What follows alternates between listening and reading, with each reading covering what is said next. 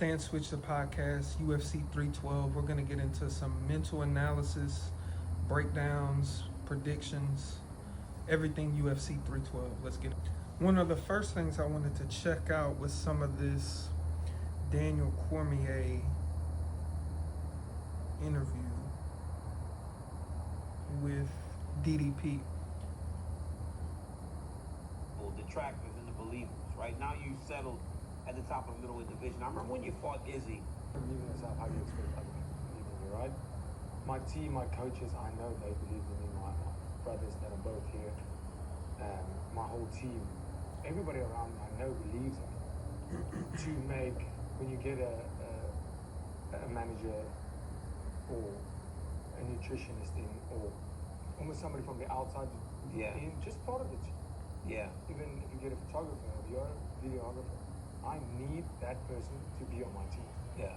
I can feel I work with energies. With the UFC, I have Thanos as my guy who came up from the UFC, then better guy. I'm going to pause it right there. So, one of the first things that I look at whenever I'm anticipating a fight, trying to get a feel for what I think might happen in the fight, for me, things always start mentally. It always starts in the mental. Now, of course, we can only learn so much from watching these interviews. We're not them. We don't know them. We're just, taking in some We're just taking in some content. But first, I'll say this. Luke Thomas likes to talk about how delusional every fighter is, and he's right. Everybody's delusional. We all have delusions. We all build our life and then live these lives based on these ideas that we've told ourselves that are not unequivocally true in any sense for anybody, fighter or not.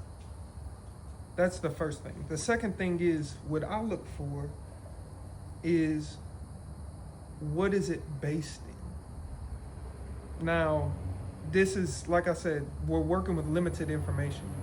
So this is hard to pull. It's hard to know for sure. But I feel like I have a good gauge for when somebody is pulling from something genuine, at least genuine to them, and when somebody is telling us something, but what they're really doing is telling themselves something. So they want us to believe it in the same sense that they want to believe it themselves, versus somebody saying something because they believe it. What I like about DDP is that I can tell he believes what he's saying. It's not just because he's the champion. He speaks from a place of truth. So when he starts talking about belief and why he feels so confident, his mind immediately goes to the work that he's put in, the team behind him. Now that's important because we know that those are real, tangible things. The work that you put in is what makes you confident. If you're putting in that work and then you have a strong team around you who you feel confident are giving you good looks, giving you good feedback, getting good work in the gym, these are the things that build real confidence. That's where real confidence comes from. Assuredness of yourself and what you can do. And when you're sure about something, you don't feel the need for everybody to feel as sure about it as you do, because you're sure about it. So what you'll notice is that, from my perspective,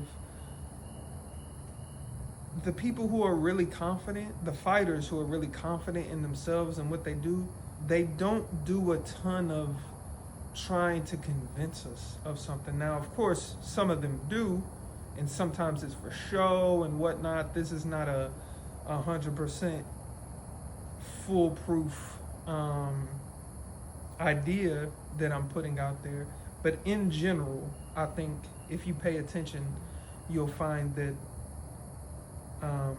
the fighters who are coming from a real place of confidence, they talk about the work, they talk about their team, and they leave the bullshit to other people. I'm the first to admit it, and I'm not working with anybody else. Yeah. Because I don't trust anybody else.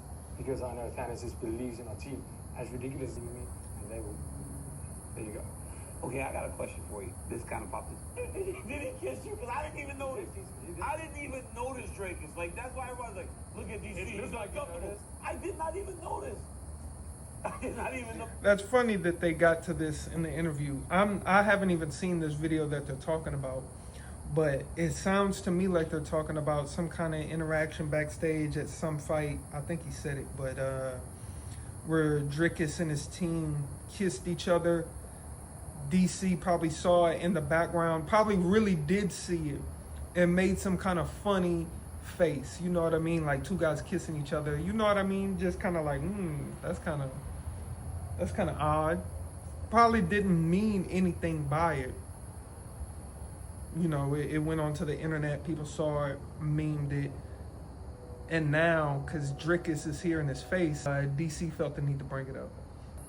Let's go look at some Sean Strickland interviews. He does. Let's watch this just so we're, even keeled. Any memories come back to, like, this is the spot that I actually ultimately became the champion? You know, man, it's a beautiful city. Like, the people here are great. I always say, like, Australians are the white trash of English and Ireland. And, I'm kind of white trash too. So I feel like when I come here, I'm just with my people. Yeah. We all drive 4x4s. We all love low gear. That you weren't going to get this fight?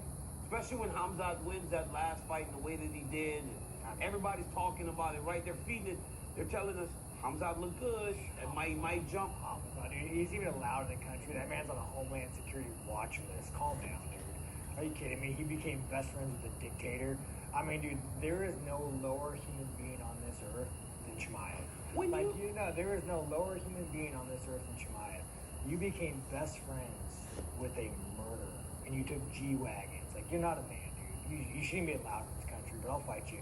Don't worry. What happened? Before you guys used to train together and everything, what happened? Because right now, like, I remember speaking to you about Chimaev prior, and it wasn't as...